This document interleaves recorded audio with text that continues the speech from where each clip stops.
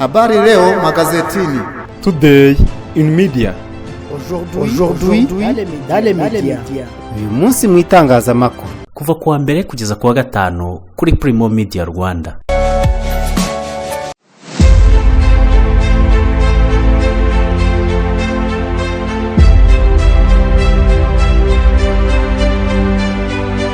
Nonje kwasuza ndabifuriza kugira ibihe byiza kandi mbaye kaze muri gahunda y'umunsi mu itangazamakuru ya none tariki ya 9 z'ukwa gatandatu kwa 2026.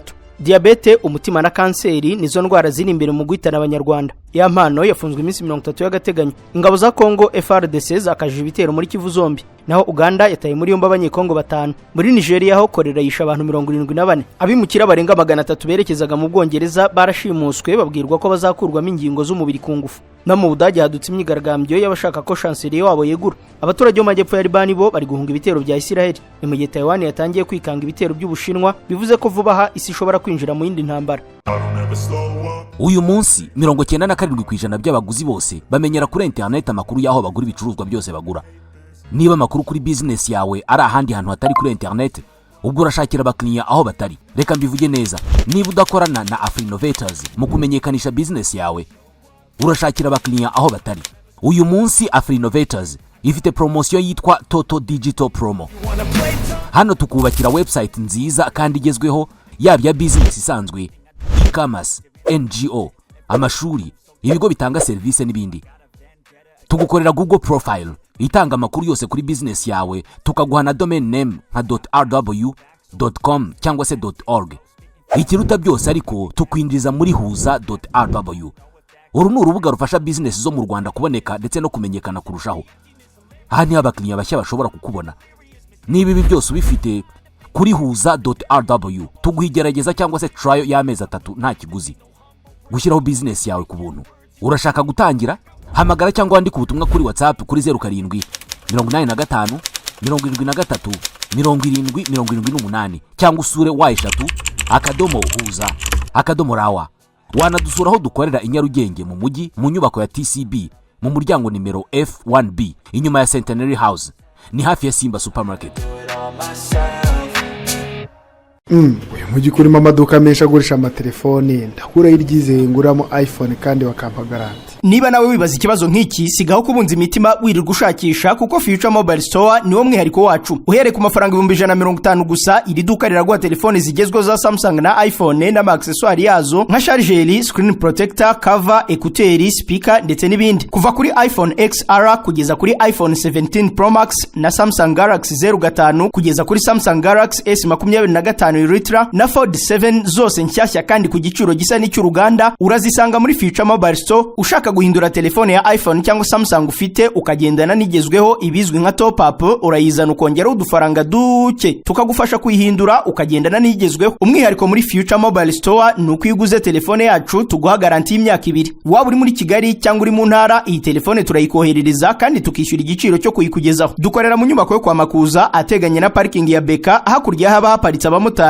ku muryango wa 35. Ku bindi bisobanuro waduhamagara cyangwa ukatwandikira kuri 07 no kuri website wa eshatu.futuremobile-store.rw. Wadusanga no ku mbuga nkoranyambaga zacu hose ni Future Mobile Store. Gana Future Mobile Store, telefone zigezweho mu Rwanda tuzishyire mu biganza byawe.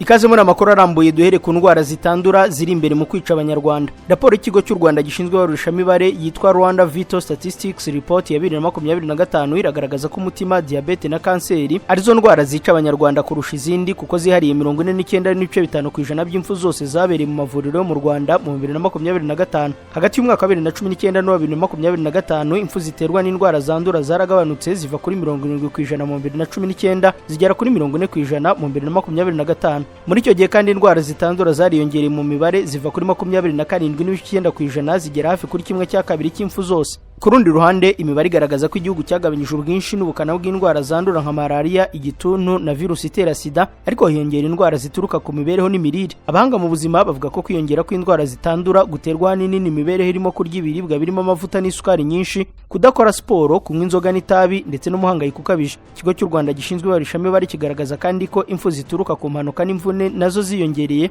aho zavuye kuri 2.1% mu 2019 zikagera ku 10.5% mu 2025. IMF yemereye u Rwanda inguzanyo yasaga miliyari 365 z'amafaranga y'u Rwanda. Ikigega mpuzamahanga cy'imari IMF cyemereye u Rwanda inguzanyo ya miliyoni 250 z'amadolari, no kuvuga miliyari 365 z'amafaranga y'u Rwanda yo kwifashisha muri gahunda zo guhangana n'ibibazo byugarije urwego rw'ubukungu, by'umwihariko muri iki gihe mu burasirazuba bwo hagati ari kuba intambara. Ubuyobozi bwa IMF bwanzuye ko inguzanyo izatangwa mu byiciro mu gihe cy'amezi 38, ariko ko miliyoni 35 z'amadolari, no kuvuga arenga miliyari 52 mu mafaranga y'u Rwanda zigomba guhita zitangwa kugira ngo u Rwanda ruzifashishe mu gukemura ibibazo byihutirwa bijyanye n'ubukungu. U Rwanda ruvuga ko yari inguzanyo yoroshye kwishyura iri mu cyiciro kizagenewe ibihugu iri mu nzira y'iterambere, kuko inyungu yayo izaba ari nke cyane kandi u Rwanda ntirusabwa guhita rutangira kwishyura. Iki kigega gishima ko ubukungu bw'u Rwanda bukomeje kuzamuka, mu 2025 bwazamutseho 9.4% rubikesheje amafaranga ava mu byoherezwa mu mahanga birimo ikawa, icyayi n'amabuye y'agaciro y'ubwoko butandukanye nka zahabu, coltan na gasegereti. Umuyobozi w'inama y'ubutegetsi ya IMF Boli yagize ati ubukungu bw'u Rwanda bwakomeje guhagarara bwemye n'ubwo ibibazo byagiye bikurikirana byerekana ubushake bukomeye bwo gukora amavugurura no gushyira politiki hamwe. Mu byo IMF igaragaza ko bikwiye gukomeza gushyirwamo imbaraga no guhangana n'izamuka ry'ibiciro no kongera ibikorerwa imbere mu gihugu, kuko bigaragara ko ibitumizwa mu mahanga bikiri byinshi, cyane cyane bikenerwa n'ibigo by'ubucuruzi. IMF igaragaza ko intambara yo mu burasirazuba bwo hagati izagabanya umuvuduko w'izamuka ry'ubukungu bw'u Rwanda, kuko igipimo gishobora kujya munsi ya 6.8% mu 2026 kivuye ku 9.4% cyagezeho mu mwaka ushize. Ingaruka ziterwa n'iyi ntambara ihanganishije Irani, Leta z'Ubumwe za Amerika na Isiraheli zirimo izamuka ry'ibiciro by'ibikomoka kuri peteroli ku isoko mpuzamahanga ndetse n'izamuka ry'ibiciro by'ifumbire. Biteganyijwe ko inguzanyo ya IMF izafasha u Rwanda gushyira mu bikorwa gahunda zigabanya ingaruka z'iyi ntambara, zirimo kongera amafaranga igihugu cyinjiza, kugabanya igitutu cy'inguzanyo, gucunga izamuka ry'ibiciro no gushyigikira abikorera. Makuru y'ubutabera ya Mpano yafunzwe iminsi 30 y'agateganyo. Urukiko rw'ibanze rwa Kicukiro rwategetse ko uwo Rizagwira Florent wamamaye nka ya Mpano mu muziki w'u Rwanda afungwa iminsi 30 y'agateganyo. Ya Mpano yatawe muri yombi ku itariki ya 16 z'ukwezi gushize. Yari akurikiranwe ibyaha birimo gukubita no gukomeretsa ku bushake, gukoresha ibikangisho, kwangiza ikintu cy'undi, kunywa ibiyobyabwenge, ubwinjiracyaha ku cyaha cy'ubwicanyi no gufunga umuntu mu buryo bunyuranyije n'amategeko, ndetse n'icyaha cy'ivangura rishingiye ku moko. Ubu urukiko rwafataga umwanzuro wo kumufunga by'agateganyo rwagaragaje ko muri ibyo byaha bitatu birimo kwangiza ikintu cy'undi, gukubita no gukomeretsa ndetse no kunywa urumogi bifitiye ibimenyetso bihagije kandi ko bikomeye, bikaba byatuma akurikiranwa afunzwe by'agateganyo. Ku cyaha cyo gufungirana umuntu mu buryo bunyuranyije n'amategeko, bw'injiracyaha ku bwicanyi ndetse n'icyaha cyo gukoresha ibikangisho, urukiko rwasanze nta mpamvu zikomeye cyangwa ibimenyetso bihagije byabonetse byatuma akomeza kubikurikiranwa. Mu iburanisha ryo ku itariki ya 2 z'uku kwezi, ubushinjacyaha bwari bwasabiye ya Mpano ko yabona afunzwe iminsi 30 y'agateganyo. Icyo gihe we yari yaburanye asobanura uko ibyaha byose akurikiranwa byagiye bigenda, ndetse bimwe arabyemera, anavuga ko we n'umugore we bari barabiganiriyeho, aramubabarira ndetse asaba ko byashingirwaho akabona adafunze igihe cy'iminsi 30. Urukiko rwatesha agaciro imbabazi z'umugore we n'ibindi byose ya Mpano yari yasobanuye, rwanzura ko azaburana urubanza nyiri zinafungiwe mu igororo rya Nyarugenge riri Mageragere. Undi ugiye kuburana ku ifungwa n'ifungurwa ry'agateganyo ni Kalisa Adolphe Kamarade. Uyu yahoze ari umunyamabanga mukuru wa Ferwafa, akaba azasubira mu rukiko mu cyumweru gitaha kuburana asaba gufungurwa by'agateganyo. Ni urubanza ruteganyijwe mu rukiko rukuru rwa Kigali tariki ya 15 z'uku kwezi. Kalisa Adolphe aregwa n'ubushinjacyaha ibyaha bibiri birimo icyo kunyereza umutungo no gukoresha inyandiko mpimbano bifitanye isano n'urugendo ikipe y'igihugu Amavubi yagiriye muri Nigeria mu 2024, bigakekwa ko yaba yaranyereje agera ku 21,000 by'amadolari y'Amerika, ni miliyoni 30,700 by'u Rwanda, mu gihe ari umunyamabanga mukuru wa Ferwafa. Yatawe muri yombi ku itariki ya 4 z'ukwa 9 2025, maze tariki ya 29 z'uko kwezi urukiko rw'ibanze rwa Gasabo rutegeka ko afungwa iminsi 30 y'agateganyo, kuko urukiko rwabonye ko hari impamvu zikomeye zituma akekwaho ibyaha akurikiranyweho. Yahise ajuririra iki cyemezo, maze tariki ya 21 z'ukwa 11 ku 2025 urwisumbuye rwa Gasabo rutegeka ko akomeza gufungwa iminsi 30 y'agateganyo, rugaragaza ko rutahishingira ubujurire bwe. Azagaruka mu rukiko rero mu cyumweru gitaha kuburana ku ifungwa n'ifungurwa ry'agateganyo, kuko n'ubundi yarajuriye. Mu kanya turakomereza amakuru kuyavugwa hanze y'u Rwanda. Ubu twamaze kubibona twese, kubera guhenda kwa mazutu na essence ntabwo tuzatungurwa no kubona mu minsi mike igiye kuza mu mihanda hazaba hasigayemo imodoka nke cyane za Kia, Hyundai, hybride z'amoko atandukanye n'izindi nke cyane. Izi zizasigara mu mihanda niza bamenye Auto Korea Maintenance Limited, ikigo cy'inzobere mu gusuzuma no kwita kuri systeme zigize imodoka, ku buryo litiro 8 za mazutu wazikoresha mu birometero 100, naho litiro 7 za essence zikora mu birometero 100 cyangwa se hejuru yabyo. Auto Korea Maintenance Limited ni abahanga bagufasha mu gihe ufite imodoka y'amashanyarazi, bazobereye cyane kandi mu gusubiza ku murongo imodoka zose zakoze impanuka, kandi bakikurikiranira ibijyanye na assurance. Wowe uzaba gusubiza imodoka yawe imeze nk'ari nshya, bayisubiza agaciro kayo yahoranye, zaba iza Kia, Hyundai, full electric na hybride. abagira ibibazo ku mihanda imodoka ikaba yakuzimiraho bagukorera depanage ku buryo imodoka yawe bayikurikirana mu gihe gito. Abafite imodoka zikoresha mazutu muri Auto Korea Maintenance Limited bazikorera maintenance bakoresheje imashini zabugenewe batiriwe bafungura imodoka, ubundi imodoka igatangira kunywa bike cyane. Ibi igiciro cy'ibikomoka kuri petrol kirabidutegeka twese. Ni n'abahanga cyane mu gusuzuma no gukora neza imodoka z'amashanyarazi. Abarimo kuzigura ntimugire impungenge. Ni mubagane ku mashami yabo i Gikondo mu mujyi wa Kigali ni Nyamata mu Bugesera. Bahamagare cyangwa bandikire kuri 07 86 20 6054. Auto Korea Maintenance Limited niyo makiriro imodoka zacu zisigaranye. Buri gihe uko usoje imirimo iyo nta gahunda z'umuryango zihutirwa zigutegereje mu rugo, wifuza kuruhura ubwonko no kuganira nabo mwungurana ibitekerezo ku kazi kawe cyangwa ku iterambere ry'ubuzima, nguhitiyemo kwa Jados Bar Restaurant and Coffee. Aha niho hantu hatuje kandi hari smart kuko baguha serivisi za 5 stars, waba wifuza kuhafatira amafunguro ku manywa, kuhakoreshereza komandi kagusanga iwawe mu rugo, ku kazi kawe ndetse n'ahandi waba uherereye, cyangwa kuhasangirira n'abawe icyo kunywa yaba ibisembuye n'ibidasembuye. Ngaha ahantu hari smart mu mujyi wa Kigali kwa Jados Bar Restaurant and Coffee bafite aho mwaganirira hatuje, mwifuza gukora inama zaba iz'akazi, inama y'ubukwe, aho mwakwiyakirira muvuye gusezerana. Bafite ahantu hatuje hisanzuye kubifuriza abanyisabukuru nziza n'ibindi birori. Bafite sale z'imyidagaduro harimo aho berekanira imipira yose by'umwihariko yo ku mugabane w'Uburayi, aho gukinira biyari kandi zirenze imwe, ndetse n'abakunda gususuruka bafite bande ya karaoke n'igisope buri weekend. Bafite umwihariko w'akabyiniro night club. Jados Bar Restaurant and Coffee Shop ni ku Gisozi ujya Beretwari ahegeranye n'icyapa cya bisi zijya mu mujyi. Bafite n'andi mashami hafi ya gare ya Batsinda ndetse n'i Kanombe mu Busanza. Kubifuza ko serivisi zacu zibasangaho muri, mwaduhamagara kuri 0788 35 11 27. Jados Bar Restaurant and Coffee Shop, urugero rwa serivisi zinoze kandi zihuse mu Rwanda. Makuru avugwanze y'u Rwanda muri Repubulika Demokarasi ya Kongo abishwe na Ebola barenze 100. Minisiteri y'ubuzima muri Repubulika Demokarasi ya Kongo yatangaje ko kuva tariki ya 15 z'ukwezi gushize kugeza ku ya 7 z'uku kwa gatandatu abantu 550 bari bamaze kwandura icyorezo cya Ebola mu bwoko bwa bundi buryo 101 bakaba ari bo bamaze gupfa. Iyi minisiteri yasobanuye ko Ebola kigaragara mu ntara 3 zo mu burasirazuba bw'igihugu cyane cyane muri Ituri, ahandi yagaragaye ni mu ntara Kivu y'Amajyaruguru n'iy'Amajyepfo. Leta ya Kongo yatangaje ko abarwayi 309 ba Ebola aribo bakiri mu bitaro aho ari kwitabwaho n'abaganga umunsi ku wundi. 19 bakaba bamaze gukira, barimo 7 babonetse mu gace ka Nyankunde kari muri Ituri. Ebola bundi buryo ntirabonerwa umuti cyangwa urukingo, ariko havurwa ibimenyetso byayo kandi uwivuje kare abafite amahirwe yo gukira. Ubusesenguzi bwakozwe bugaragaza ko kugeza tariki ya 7 z'uku kwa gatandatu yari iri kwica ku kigero cya 18%.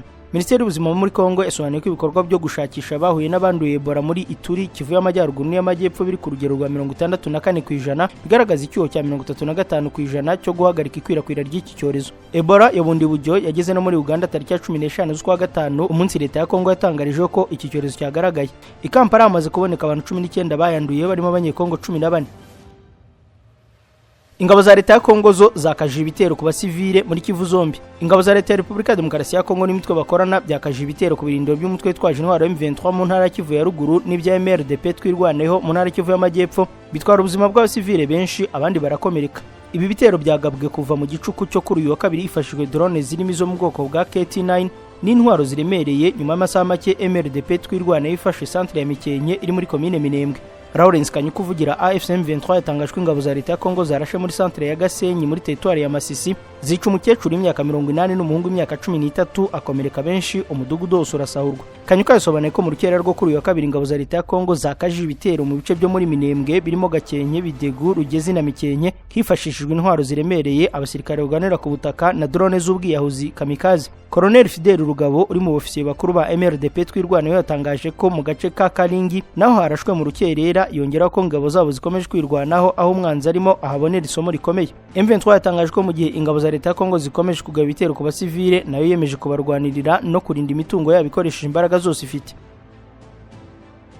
Naho ihuriro C64 riravuga ko ryamaze gukusanya ibimenyetso bishinja Tshisekedi. Umuyobozi atavuga rumwe n'ubutegetsi muri Repubulika Demokarasi ya Kongo, Delice Sanga, mu kiganiro kuri Space ya X cyateguwe n'umunyamakuru Stanis Bujakera, yavuze ku bijyanye n'isubikwa ry'itangwa ry'ikirego ihuriro C64 riteganya kugeza mu rukiko barega umukuru w'igihugu bashinja gukorera kudeta itegeko nshinga. Delice Sanga yemeza ko atavuga n'umwe n'ubutegetsi bafite igisasu kandi ko ihuriro rya C64 ryashoboye gukusanya ibimenyetso byinshi biryemerera kurushaho kwimbika no gusobanura ikirego cyaryo ku bijyanye no gushaka gukuraho ibiteganywa n'itegeko nshinga.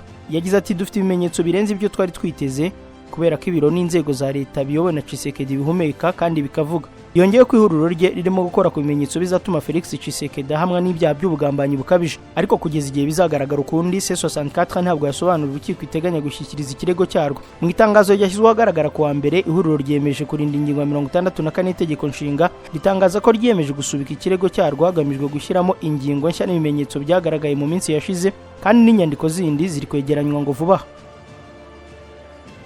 Uganda yo yataye muri yombi abanyekongo 5 bagerageje kuyinjiramo. Abashinzwe umutekano muri Uganda bataye muri yombi abanyekongo 5 bageragezaga kwinjira muri iki gihugu binyuranyije n'amabwiriza yashyizweho mu rwego rwo gukumira Ebola mu bwoko bwa bundi buryo yugarije uburasirazuba bwa Repubulika ya Demokarasi ya Kongo. Minisiteri y'ubuzima muri Uganda igaragaza ko i Kampala amaze kugaragara abantu 19 banduye Ebola, barimo 14 baturutse mu burasirazuba bwa Kongo. Muri rusange abantu 4 nibo bamaze gukira mu gihe 2 bishwe n'iki cyorezo. Mu rwego rwo gukumira iki cyorezo, leta ya Uganda yafashe icyemezo cyo gufunga by'agateganyo imipaka yayo na Kongo, yohereza ku mipaka abashinzwe umutekano barimo abasirikare kugira ngo bacungire hafi. Umuyobozi mukuru w'ishami ry'umuryango w'abimbye ryita ku buzima Dr Tedros Adhanom Ghebreyesus yasuye Uganda, agaragaza ko gufunga imipaka yayo na Kongo ibihugu byombi byakabaye bifatanya mu gutsinda iki cyorezo. Umunyamabanga wari muri Minisiteri y'ubuzima muri Uganda Dr Diana Atwine aherutse gutangaza ko ubufasha igihugu cyabo kizaha Kongo mu kurwanya iki cyorezo cya Ebola ari ukucyoherereza abaganga 80 bazagifasha kuvura abarwayi bacyo n'abakekwaho kuyandura.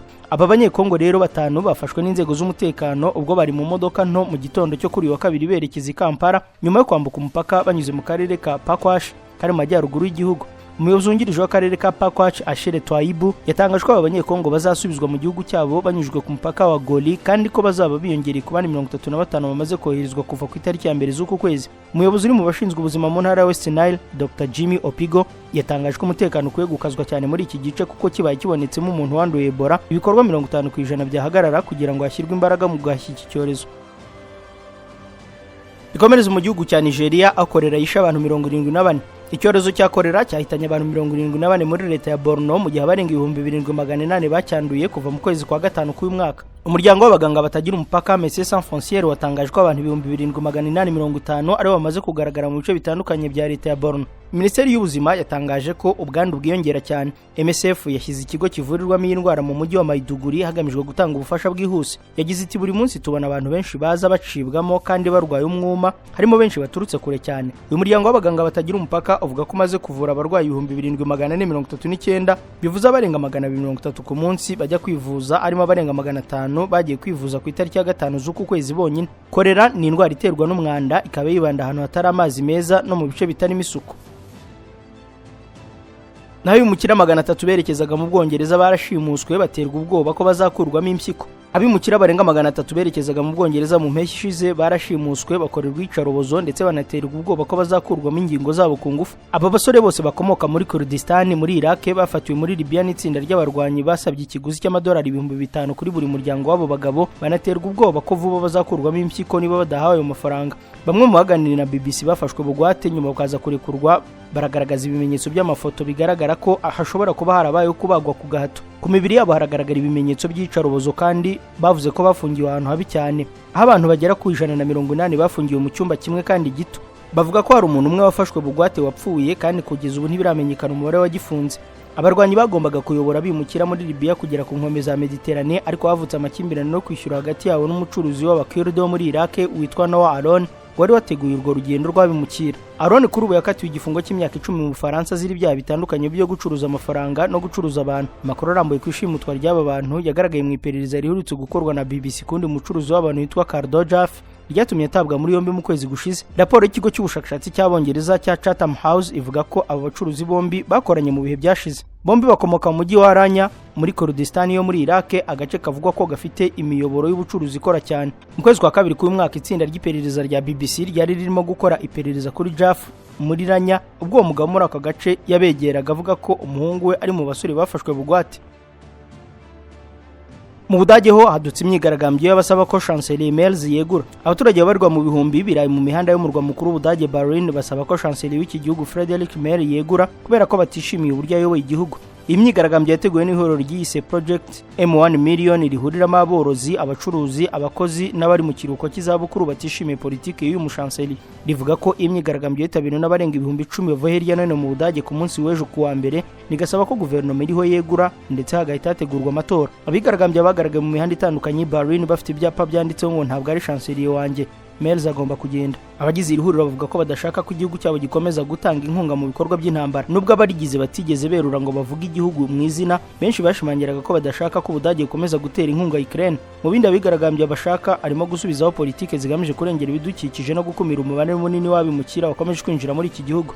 Iyi myigaragambyo ibaye nyuma y'iminsi mike ikigo cy'ubushakashatsi cya INSA gishyize hanze imibare yavuye mu ikusanyabitekerezo ikagaragaza ko 77% by'Abadage batishimiye umusaruro wa Chancelier Merz. Friedrich Merz yatowe nka Chancelier w'Ubudage mu kwezi kwa gatanu 2025 asimbuye Angela Merkel. N'abaturage b'umujyi wa Tyre muri Libani barimo guhunga ibitero birimo kugabwa n'igisirikare cya Israel kuri uyu mujyi uri mu majyepfo ya Libani. Ikigo cy'ubutabazi kiravuga ko hano gucumbikira bahunze amazu yabo uhuzuye. Ingabo za Israel zari zaburiye abatuye uyu mujyi kuvamo bakajya mu majyaruguru y'uruzi rwa Zahran. Ikinyamakuru NNA cyavuze ko hari abasivile bishwe mu bitero bya Israel mu majyepfo ya Libani. Muri iki gitondo kandi habaye ibitero by'indege mu mijyi yegeranye ya Nabatsier na Kfar Sar, yose ikaba yakubiswe n'ibisasu. Minisiteri y'ubuzima ya Libani yavuze ko ibitero bya Israel mu majyepfo ya Libani byahitanye abantu bagera kuri 14 barimo 7 bo mu karere ka Nabatsier na 5 bo muri Tyre. Trump we yibukije Netanyahu ko nta mahitamo afite uretse kwemera ibyo Amerika izumvikanaho na Iran. Donald Trump yibukije Minisitiri w'Intebe wa Israel Benjamin Netanyahu ko nta yandi mahitamo afite uretse kwemera ibizaba bikubiye mu masezerano Iran izagirana na Leta Zunze za Amerika kubijyanye no guhagarika intambara. Ibi Trump yabigarutse mu kiganiro yagiranye na Financial Times. Ni ikiganiro kije nyuma y'iminsi mike yatangiye gututumba umwuka muri hagati ya Trump na Netanyahu. Trump ntagishyigikiye ko ingabo za Israel zikomeza kugaba ibitero ku mutwe wa Hezbollah muri Libani kuko biri mu byo Iran yitwaza yanga kwinjira mu biganiro bigamije guhagarika intambara. Iran ivuga ko Israel ikwiriye guhagarika kurasa Hezbollah kuko nabyo biri mu birebwa n'agahenge kemeranyijwe hagati y'iki gihugu na Amerika, gusa Netanyahu nawe ntabikozwe. Iran ivuga ko mu byizumvikana na Amerika byose bijyanye no guhagarika intambara hagomba kuba harimo ingingo ivuga ko Israel ikwiriye guhagarika kurasa kuri Libani. Muri iki kiganiro Trump yabajwe kuko atekereza ko Netanyahu azakira ibizava mu biganiro na Iran, avuga ko Netanyahu nta yandi mahitamo azaba afite uretse kubyubahiriza. Ati nta mahitamo azaba afite, ninjye ufite ijambo, ninjye nta ngaruka bizagira ibitero Iran imaze iminsi igaba ku masezerano. Mu ntangiriro z'uku kwezi Perezida Trump yashyamiranye na Netanyahu bituma mwibutsa ko nta muntu n'umwe umukunda, ndetse ko iyo bitaba we uyu mugabo yari kuba afunze kubera ibyaha bya ruswa akurikiranyweho i Tel Aviv muri Israel. Trump yabwiye Netanyahu ko iyi myitwarire yo gukomeza intambara ishyira Amerika mu byago ndetse ikadindiza inzira y'ibiganiro iki gihugu kirimo na Iran. Dusoza amakuru kuri Taiwan yatangiye kwikanga ibitero by'Ubushinwa, ibivuze ko vuba hisi ishobora kwinjira no mu yindi ntambara. Igisirikare cya Taiwan cyatangiye imyitozo yo kwirinda ibitero Ubushinwa bushobora kugaba kuri iki kirwa. Iki gisirikare cyakoze imyitozo igaragara nkaho Ubushinwa buri kugaba ibitero bikomeye ku kirwa cyabo bifashe misile n'izindi ntwaro zikomeye, bagerageza kuzihagarika mu buryo bwihuse nk'uko bemeze mu rugamba rwa nyarwo. Ubushinwa bufata ikirwa cya Taiwan nk'icyabwo mu gihe abanya-Taiwan bo bizera ko ari igihugu cyigenga. Ubushinwa bubona Taiwan nk'ubutaka bwayo kandi bukavuga ko buzakoresha ingufu zishoboka kugira ngo bwigarurire icyo kirwa kubera ko hari ingabo nyinshi zabwo, indege n'ubwato bw'intambara bw'Ubushinwa buzengurutse iki kirwa. Abahanga mu by'intambara baragaragaza ko igihe Ubushinwa bwagerageza gutera Taiwan banyura mu gice cyabwo cy'uburengerazuba kuko ariho Taiwan n'Ubushinwa byegeraniye. Iyi myitozo ya gisirikare yakorewe ahantu 8 icyarimwe ndetse aho hantu hari hafi y'umujyi wa Taichung uri hagati muri Taiwan. Leta ya Taiwan ikomeje gushyira imbaraga mu gisirikare cy'iki gihugu kubera intwaro nyinshi zitandukanye iri gushyiramo ndetse n'imyitozo idasanzwe bari gukora kugira ngo abasirikare bayo bamere nk'aho bari ku rugamba rwa nyarwo. Muri imyitozo y'igisirikare cya Taiwan kifashishije intwaro zitandukanye zirimo misile ziba ziri ku modoka z'intambara, intwaro zikomeye zo muri Leta Zunze za Amerika ndetse n'izindi kugira ngo babuze ingabo kwinjira kuri iki kirwa. Mu kwezi kwa gatanu uyu mwaka Leta ya Taiwan yatangaje ko izakomeza ingamba z'ubwirinzi n'ubufatanye na Amerika mu gukumira ibitero byose bishobora guturuka mu Bushinwa. Inshuti bakunze wa Primo Media Rwanda, iyi nkuru ya Taiwan iryamiye amajanja ikanga ibitero by'Ubushinwa inagaragaza ko hari indi ntambara isi ishobora kwinjiramo. Niyo dusoreje gahunda y'umunsi mu itangazamakuru ya none tariki ya 9 z'ukwezi kwa gatandatu kwa 2026. Jye Jean Dodier Kanijabo ndabashimiye ko mwari mudukurikiye, ndabarekeye komeza kora ibindi biganiro bikuru urubuga. Mugira amahoro. Mwiriwe boss. Mwiriwe. Nitwa Karangwa, ndi umukomisiyoneri hano muri quartier. Karangwa biteze. Ni byiza ni byiza. Nakomeje kubabona mutembera hano, mwaba mushaka ikibanza cyo kugura, inzu yo kugura cyangwa gukodesha. Arebye ufite se? Yego ndabifite hano, waza nkakwereka. Dore hano hari inzu, niriya ni inzu, ariko hariya hari kibanza na hararugore ikibanza gifite metero kare 380. Kombo naho uri kunyereka mu manegeka. Urabona hano hatura ngewe.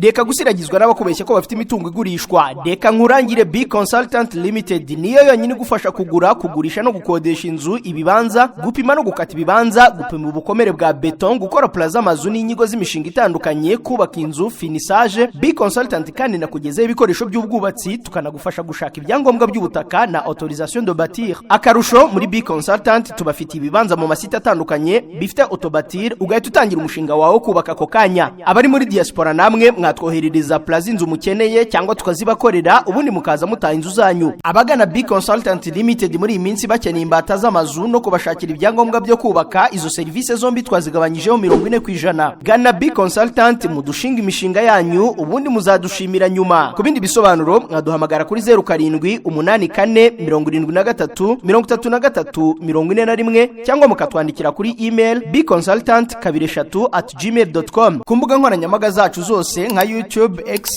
TikTok, Instagram, Facebook, LinkedIn, hose ni B Consultant Limited. B Consultant dukorera mu mujyi wa Kigali ahitwa Norvege. Dukora n'ubunyamwuga n'ubunyangamugayo.